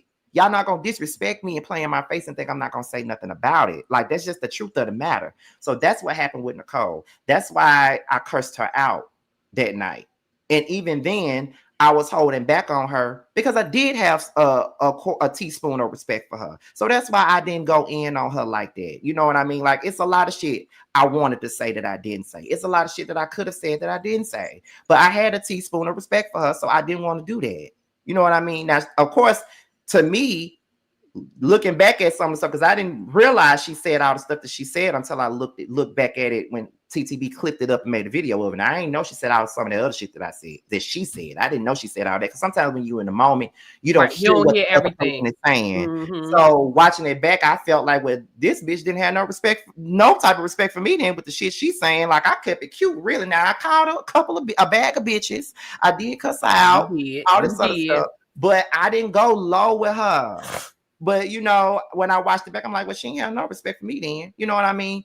But that's how I felt at the moment. That's why I went off at that moment, because I felt like I was being tried. I felt like I was being disrespected at that moment. And being that I don't really know her that well, and the personalities are completely different, it was bound to be that. But like I said already, we already talked about it and we moved on and stuff like that. Like, I'm not saying that me and her are going to be friends or buddies, because that's never going to happen. But I ain't got no issue with her. But, you know, we moved on. Right. Because you said, and again, you did say that y'all have spoken offline. So we're going to leave it at that. Right. Yeah. Cool. Now, 2 more questions and then we're going to get you out of here. I thought you were going to say another name. I can't think of nobody else. I can't think of nobody. I'll say it. Fuck it. I don't give a fuck. I'm saying it. Well, say it. So, someone Harvin actually asked me when we was over on YB's live, and I think I Okay. addressed it just a little bit, but he asked me, "Does Reese G dislike me?" He Oh, asked me. child, I wasn't gonna ask about Reese, but go I ahead. don't give a fuck. Like we talking so much. No, I was gonna ask about Reese for my own reasons, but Oh, go I ahead. know, but but I Go look. ahead, you have the floor. He asked me, "Does Reese dislike me?" And I said he does. The reason why I said that is because when me and Nicole, when it came out that me and Nicole was going back and forth, and we were crashing out on one another, he was egging her on, read Nicole, all this other shit. Like he was literally over there egging her on with the bullshit. I didn't even know that Reese G was in the chat. He was in the comments, and I saw him do it. And Okay. not to Well, yeah, I mention, saw him in the comments. Yeah. yeah, I saw him do it. And then not to mention when the trailer for the scene came out, he congratulated everybody on the cast but Scotty. So he snubbed me then, didn't say a word. The only thing that he could, and someone also told me that he said in TTV's comments that I blocked him and he don't know why. No, you unfollowed me a couple of months ago for the 400th time, and I don't know why you did that. And I'm the type of person where it's going to be like this. You're not going to follow me, unfollow me, follow me, unfollow me, follow me. We're not going to keep doing that, especially when we was just on Harviana's live and we had a pleasant conversation and I had asked you, did you ever have an issue with me? And you said that you didn't. You feel what I'm saying? We just said we don't have a problem. We started back following each other. It was all pleasantries and shit like that. I even told Carl when we were starting on the show, hey, if you want to work with Reese on something, I think you should. I said that because I believed in the motherfucker's work. You feel what I'm saying? So yes, I did block him because I thought that was dumb. And I think that a lot of that, I think he had fallen out with Dario and probably Markel again or something. I don't know what had happened with that, but he unfollowed me out of the blue for nothing. As a matter of fact, he unfollowed a lot of us. He unfollowed Dario, he unfollowed Jamar, he unfollowed all of us, and I was over it, so I blocked him. Don't have no real issue with him, but once again, that shows me that he don't like me. He got an issue because he was egging Nicole on when me and her were going back and forth. When people have drugged him, I don't be in comments egging this shit on. Number one, I don't give a fuck. And number two, it ain't no real issue for me. So why am I doing that? If I ain't got an issue with a bitch, why am I in the comments egging another bitch on to drag me or drag you? Why would I do that? So this is what I be saying when people don't keep it on book. I come to people head on with whatever. If I feel like you got a problem with me, or if I got or whatever, I'm gonna ask you if you got a problem with me whenever I see you or whatever. If I get the chance to ask you, I'm gonna do it. Now, I don't know if you mind me saying certain people's names up here, but I'm gonna bring up somebody else because whatever. T Spiller, for example. When I saw T Spiller a couple of months ago, everybody knows that he was on another person's on a ghost YouTube channel not too long ago, and they were doing videos talking about all of us. And at one point in time, I was cool with T Spiller until he started dealing with the ghost. So at that moment, and of course, he was attacking Jamar and things like that. So I couldn't fuck with that. And when you disrespect my people in that way, I can't really fuck with you like that. So I backed off. And then that was it. So when I ran into him, when I was going to see Carl Bando and W perform, I saw him and I addressed him. We had a man-to-man conversation. I said, hey, are we talking shit today, or are we being men today? Which one is it? Are we having a man-to-man conversation? Like, what we doing? And we talked about it, and I told him exactly how I felt about the things that were said about me. I told him exactly how I felt about the things that were said about Jamar and what I didn't appreciate and what I didn't like, and we moved on from that. Me and T Spill ain't friends, but we're not enemies. I don't mind having a grown man's conversation about nothing because I'm a grown ass man. We gay, but we're grown ass men. Let's have a man-to-man conversation. We don't have to be shady, catty ass bitches about every little thing that goes on, about any issue that you got.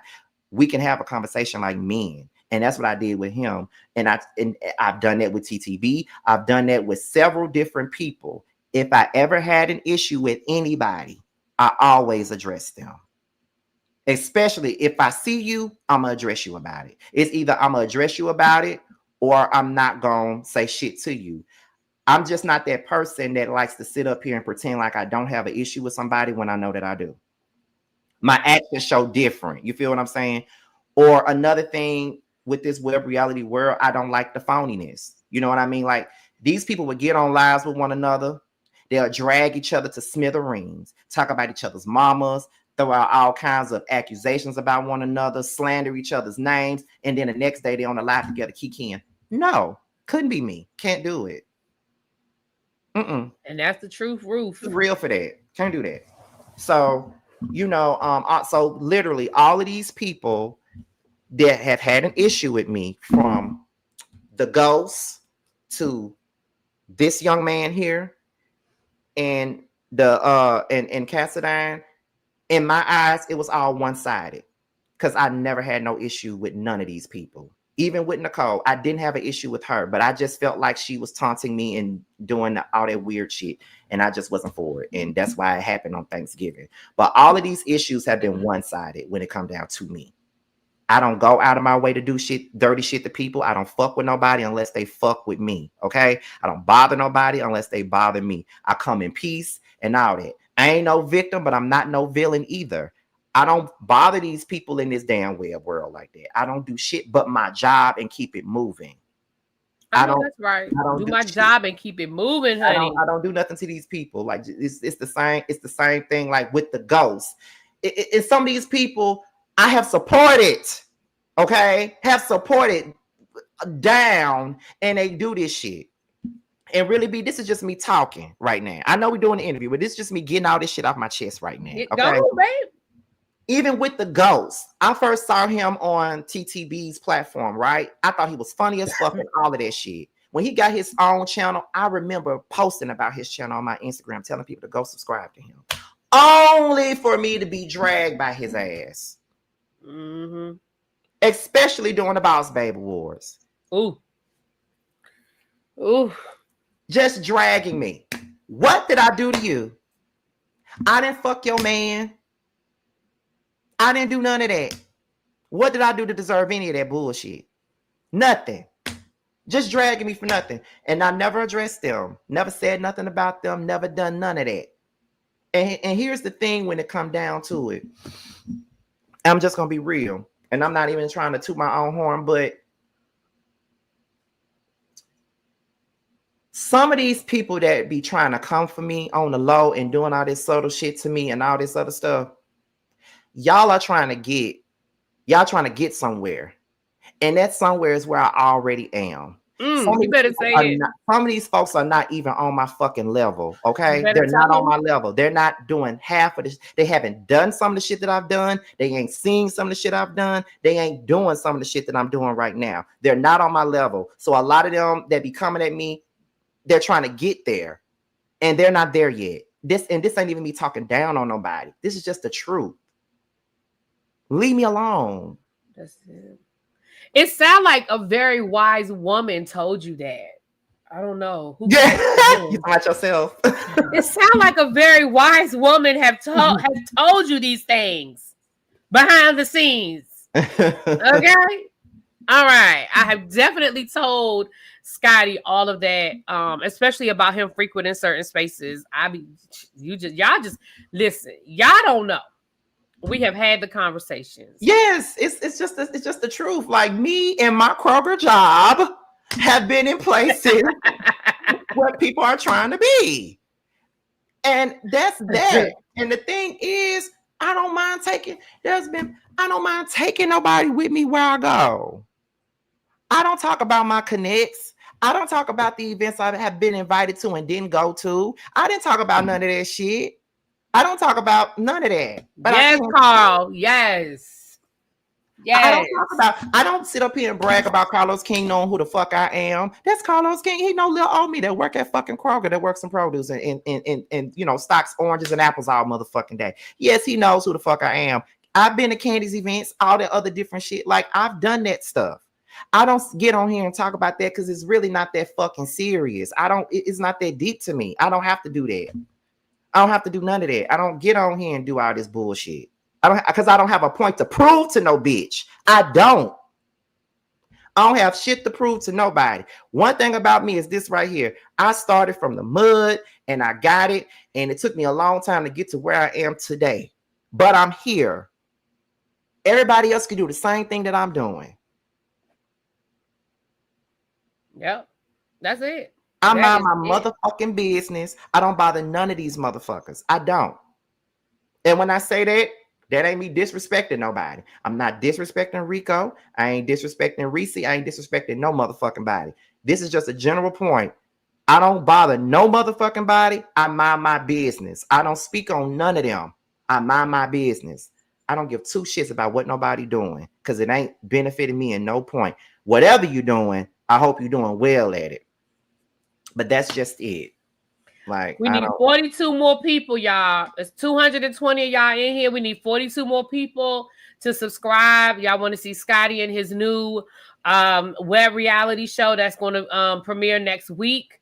Make sure you are subscribed and turn them notifications on. Okay, so you get when the episode drops, you'll be the first one to get it. Okay. Listen, exactly, Harold. It's honest work because a lot of people come on here, especially in these web reality spaces, and pretend like they got a job that they don't have. So listen, I've been working for Kroger now for 8 years, and February is going to be 9. Now, I don't think I'm going to be there forever, but baby, listen, people can make jokes about Kroger, me working at Kroger all the fuck they want to, but baby, I got insurance. I have medical insurance. I have vision insurance. I got dental insurance. Thank you for Kroger for fixing my teeth. I have a 401k. I got a fucking pension, and I got a whole life insurance policy, and if anything ever happens to me, my brother will be fucking paid and taken care of. I don't care about none of that shit. You can't judge me for working a real job. Okay. Exactly. Exactly. I got 3 streams of income. YouTube, that job, and my fucking book. Please. That's it. Speaking of, that's a perfect segue. So, Scotty, my book is upstairs. I forgot. I should have brought it with me, but my book is upstairs. But something else that happened in 2025 for you as well. You have become a published author. Now, what a lot of people don't realize is that, and I know this is also going to be on the show. So you guys, I'm not going to go too deep into it because y'all got to watch it on the show because he is going to talk about his journey, his process of writing the book, and his book party premiere. What was the release? Yeah, and I couldn't make it because what was I out of town or something that weekend? I think I already had something to do that week. Yeah. Wow. They say I'm always traveling. But anyway, I was book launch. Thank you, Prophet. See, Prophet, thank you, boo. I love Prophet. I love him. I love Prophet too, even though y'all wouldn't know it on Monday nights, but I do. But yeah, his book launch, I wasn't able to make it, but it is a part of his storyline. So we're not going to dig too deep into it because we want y'all to go watch the show. But you became a published author. Without getting too deep into what you're going to talk about on the show, how does that like do you think that would have happened if you were still living in Mississippi? Mm-mm. So this again was something that came as a product of you moving out of that space and taking a chance on yourself. Mm-hmm. Okay. We're excited. And if you have not already purchased the book, tell them the name of the book again, Scotty. The name of the book is That's Why You're Lonely. And if you like things like living single or girlfriends or single ladies or, anything, Sex in the City, rather, something like that. If you like those type of shows, that is the book for you. With a little bit of love and hip hop up in there. A little love and hip hop. So you can get it on Amazon, or you can go to Scotty's, you can go to his Instagram bio and get a link if you need to do that. But y'all support the book. If you have not already purchased a copy, go on to it's a perfect Christmas gift, y'all. Now it's thick. It ain't no stocking stuffer because it ain't gonna fit in the stocking because it's a good read. It's not no pamphlet. Listen, that is not me throwing shade on anybody who has put a book out because I'm not even in that space. I'm just saying it's not a pamphlet. It's not no 5-page book. It is a legit novel, beginning, middle, and end, and it will have you waiting for the next one. That's one of those books you're gonna get to the end and be like, fuck. Where is part 2? You're gonna be mad that the sequel ain't done yet. So go ahead and get it, you guys. That's a perfect Christmas gift for the reader in your life. Okay. Are you going to do an audio version? I think you talked about that. Okay, so my publisher Sheridan Davis, who is a good friend of Color Me Pink, that's who published my stuff, Sheridan. But we talked about doing an audio book and stuff like that, and we have been talking about it. I do know that Alexander Rogers actually reached out to me and said that if I needed his voice, he would do it. There was different people that she suggested like Jamie. That's me because of Jamie's voice. She got that southern twang Jamie's got a good, that we might need. You know, all that different stuff. So yes, absolutely. Okay, we're talking about it. All right. So we'll keep you guys when that comes. I ain't saying if. When that comes through, we'll let you guys know so you guys can go. Because I love a good audiobook. I listen to audiobooks all the time. I love a good audiobook. And look, I don't know if you need my voice or not, but I'll volunteer my voice as well. So last but not least, and I mean, I was trying to hold Scotty to an hour, but listen, when I tell you this, how me and Scotty be in real life, just be on the phone. He'll tell you I fall asleep with him in a minute because I will. She will. I will. Honey. No lie. Baby, when it's time to go to sleep, baby, it's time to go to sleep. Okay. Where's the future of Scotty by Nature TV going into 2026? We know that the web reality series is coming out. You just said that you're getting ready to start working on a sequel for the novel. Where are we going with the channel and our personal as much as you're comfortable sharing, because sometimes you don't need to tell everybody your next move. So as comfortable as you are sharing what your next move is, what's next, Scotty? Okay, so just to be clear, That's Why You're Lonely book series is up to 12 books. Actually, I was writing the 12th part of it when I moved to Atlanta. I haven't written anything in the 12th part in a year.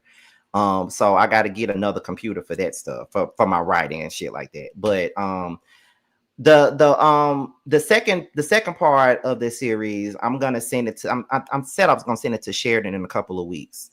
And I think that one is even longer than this one. Oh wow, okay. But it gets better, like because if you don't mind me doing this, talking about the origin of that book, because I've been writing books since I was 15, and this book I actually wrote in 2011. So I've been writing this That's Why You're Lonely stuff since 2011. Like it got 12 different books, 12 different versions, and with the same characters. There may be some new characters along the way, but it gets better with every single version because of the fact that my writing got better. So right. That's it. So it's good. If you on my membership, you probably already heard some of book 2 already, but when it goes into the editing room, it's not going to be the same. The dialogue will be the same, but thank you, Ravine. There's the link for Scotty's book. It's the perfect Christmas gift, y'all. And what? Did you say you had something else to ask me in regards to Bando? Oh, okay. I thought you had something else to ask me. I think I probably answered it all already anyway. Bando down there. He twerking in the chat. He down there. Oh Lord, Bando does not twerk. Don't do him like that. I'm sorry. He crip walking in the chat. Yes, that's what he do. That's better suited for Bando. He definitely crip walks, honey. That's what he do. All right, and again, Scotty signed if you pre-ordered, signed. So y'all better get on that pre-order for book 2 if y'all want to sign. If y'all want to sign. Let me tell you about that. I have to learn a long lesson with that, because like I'm still sending out pre-order books, because I'm gonna be 100% candid about this up here on this interview. Because I kind of talked about it on the show as well. But trying to put a book out, that pretty much hit me financially. Like it hit me financially. So that's why there was a delay with getting everybody their pre-orders out. I got like 8 more to send out, and then some people came through a little bit too late, even after the cutoff for the pre-orders. So as I was signing them, I ran out of books. So I just ordered some more books, and I'm waiting on them to get here so I can send them to them. You feel what I'm saying? Listen, So lessons learned. Listen, yeah. listen. The only way, sometimes the only way we gotta learn the lesson is to go through the lesson. So you know for next time, you know what to do and what not to do and how to do it better. And that's all. That's what life is. To be honest, I will say this though. And I Somebody also underestimated myself too because I wasn't expecting all that. I that goes wasn't back to me knocking you in your head behind the right, scenes. Carl, if you still in the bushes, you know what I'm saying. right. Um, I will say this. Somebody said meet and greet and that kind of thing. I'm actually, again, sometimes my ambition outweighs some things too. But we do want to try to do some meet and greets. We do want to try to do some more book signings for Scotty as well. Believe it or not, y'all, we have had conversations about meet and greets. It's just a matter of, listen, life is life and people have other things going on. But going into 2026, I definitely want to do a whether you like it or not live show. We talked about it. We talked about doing it over the summer, and I think everybody's summer was just booked up. Like, I don't think any of us were free at the same time this summer to make it happen. Yeah, I So was we're going to filming definitely try to it. coordinate it and try to get you guys a live whether you like it or not show. And some other things we want to do. So we definitely. I know, Tracy, we got to get Scotty to Louisville next year to the Books and Bourbon, the Black Book Festival that we went to back in October. We got to get you a table out there. So But you also know that when I was at Kempire's thing, his live show, that really was like that was like a different experience for me. Because that inspired me to want to do a live show, to be honest. Because you've been asking me to do this, even if it was just by myself. You was asking me, you should do it, Scott. I'm like, ain't nobody coming to this shit. Ain't nobody coming. Then when I was sitting up in Kempire's show, I was sitting there with Tierra Monet. She's like a Instagram the content creator on Instagram, and some of the people that work with Candy. I was sitting over there with them. And when I took the mic and I said and I asked my question, the people knew my voice and the whole room went crazy when I said who I was, and I could not believe it. Scotty, you gotta stop. And the thing is with y'all, Scotty is not playing with y'all. He really feels like this. He's not doing it. He's not fake humble. He really I be like, ain't nobody coming. And I'll be like, Scotty, what the hell are you talking about? Ain't nobody coming. Girl, when I say I couldn't believe it, I couldn't believe it. This was Kempire's meet and greet, and as they were getting ready to line up to go and meet with him, they was walking up to me, hugging me, and asking me for photos and stuff. And I'm just like, wait, what?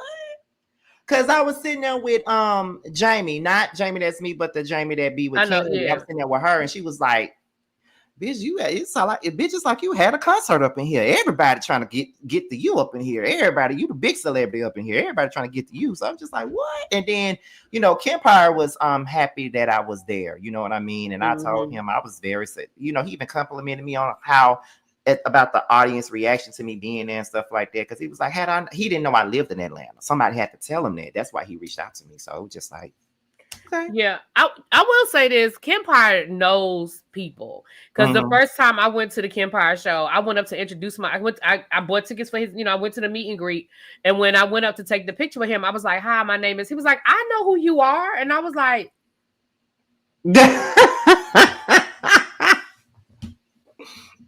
because I've been subscribed to Kemp. I found Kempire on TikTok. I didn't even know his YouTube.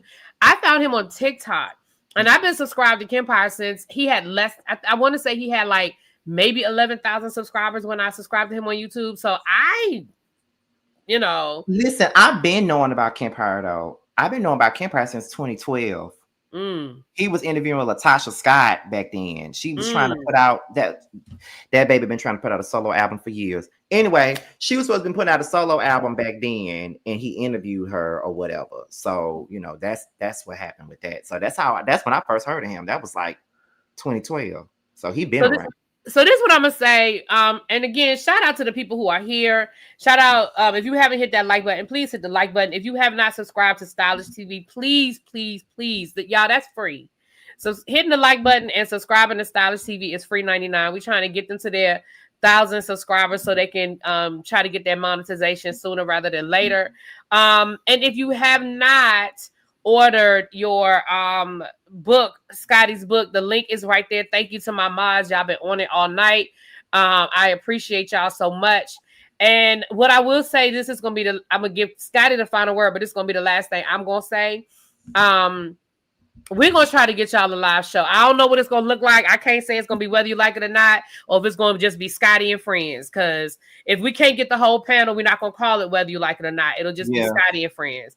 But we're gonna figure something out. We're gonna try our best in 2026. I ain't say we promising, because we just gonna try. Right, because life be lifing. But we are gonna put JoJo, who dropped down earlier. Shout out to my boo JoJo. He's gonna produce it, and we are going to do our damnedest in 2026 to get you guys a live show. I don't know where it's gonna be. I don't know if it's gonna be in Texas, if it's gonna be in the DMV, if it's gonna be in New York, if it's gonna be in Georgia. I don't know, but it'll be. We're gonna try our best. Tracy said, "Who gonna drag T out of in New York City? Somebody got to get his ass." But we are definitely gonna try our best to do that for you guys. As the fans, we really appreciate that. Scotty, thanks again. Even though you my friend, I appreciate you taking the time to come over here and have this conversation with me. Like I said, I was trying to get you out of here in an hour, baby. We done been here for almost 2 hours. Girl, I done pushed back my live for Love and Hip Hop Miami and everything, child. Lord, and you know, Scotty putting us off, baby. Scotty, you know, Scotty gonna do his video, honey. So I want to thank you so much for that. But with that being said, any final words, anything you wanted to say that I didn't ask, or anything like that you want to put out there? Okay, so we talked about the book. I didn't get a chance to answer your question about what I intend on doing in 2026 in regards to my channel. The reality reviews will still be there, and the gossip will still be there. Okay. And the panels will still be there. But I really, really, really, really want to do more music content, and I'm really going to do that next year. I say it every year, and I don't do it because I always find myself doing what Really Be hates for me to do, underestimating it. And when it doesn't do what I wanted to do right away, I give up on it. But this time I'm not going to do that. I really want to get into my music bag because music is a part of me. And I know that some people don't know this, but just as well as I write books and shit, I wrote music. I wrote songs. You know, I have a whole lot of records on my jump drive about, this download nigga I was talking to when I was 21 years old, and I wrote all them songs about him. You know, I was in my Mary J. Blige, my life bag, writing them songs about that man with his cockeyed ass. But, music is a part of me. And even in my reviews, I use a song to, describe what I'm trying to say. Like, it wouldn't make sense for me to not just go ahead and do the music content like I've been saying. And even my moderators have even given me ideas, and I've been sitting on them damn ideas because I'm scared that won't nobody give a damn about it. But this year, I'm really not. I'm just saying, I'll be thinking that these people really not gonna watch it. They're not gonna give a fuck. They're not gonna do it. Whatever. But this time, after having this conversation with Jamie and Sakina, which you will see on the show, just put the content out. Just do it. It's gonna catch on. You feel what I'm saying? Like, everything that I've done didn't catch on right away, but it eventually caught on. So I'm gonna do that. I want to do my album reviews. I want to do my single reviews. I want to talk about the careers of some of my favorite artists. I want to interview Tevin. I want to do those things. So that's really what I'm gonna be focused on in 2026, is trying to do my music content and just time it out properly and just do lives and stuff like that about it, and just all those things. However, the one thing that I do want to leave this interview with is, as a person that I've always been the underdog, right? My whole life, I've always been the underdog. I'm the black sheep of my family on my daddy's side. I'm the black sheep. You know what I mean? I'm the person that everybody looked down upon. I'm the person that nobody really seen it for. I'm the person that always had to work hard to prove everybody wrong. And in this life of mine, my main goal was to always prove everybody wrong that ever doubted me. You feel what I'm saying? Mm-hmm. And I have proven people wrong that have ever doubted me. And when you are the chosen one, because that's what black sheeps ultimately are, the chosen one. When you are the chosen one, you have that type of power, and there's nothing that can stop you. And I just feel like people may look at me and they make, they make their little jokes. Oh, he work at Kroger, he work a 9 to 5, but I work a 9 to 5, and I was able to interview some people that you watch on TV, people that you probably would never be in the same room with. I was. Okay. So, I did that. I created the Whether You Like It or Not panel, and it's one of the best panels out there right now. I created the Chasing panel, one of the best panels in the web reality world. I did that. I went out of my way to get those interviews with Candy and Sweet Tea and all these different people. I did that.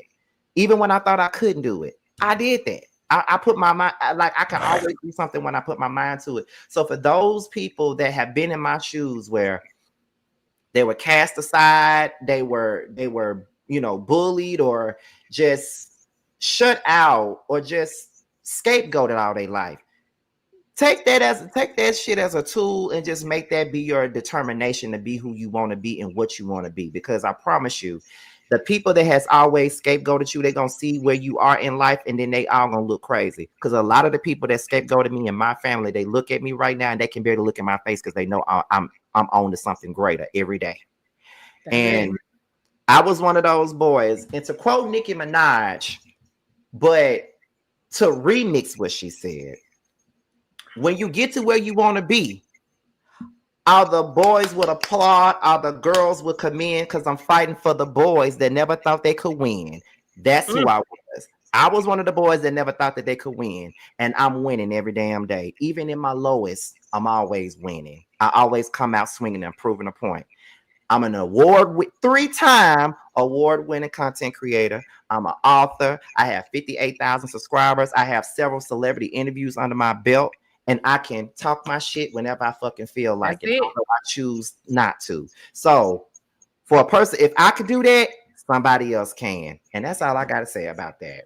All right. And on that note, that's a perfect way to end this. Thank y'all for being here, especially the people who rocked out with us the whole 2 hours. Appreciate y'all. Look, y'all know that means y'all not getting real Salt Lake City tonight. Y'all get it tomorrow. Y'all ain't getting Salt Wives tonight. Y'all get it tomorrow. But it's all good. It's all good. We'll see y'all later. Peace. Thank you, Scotty.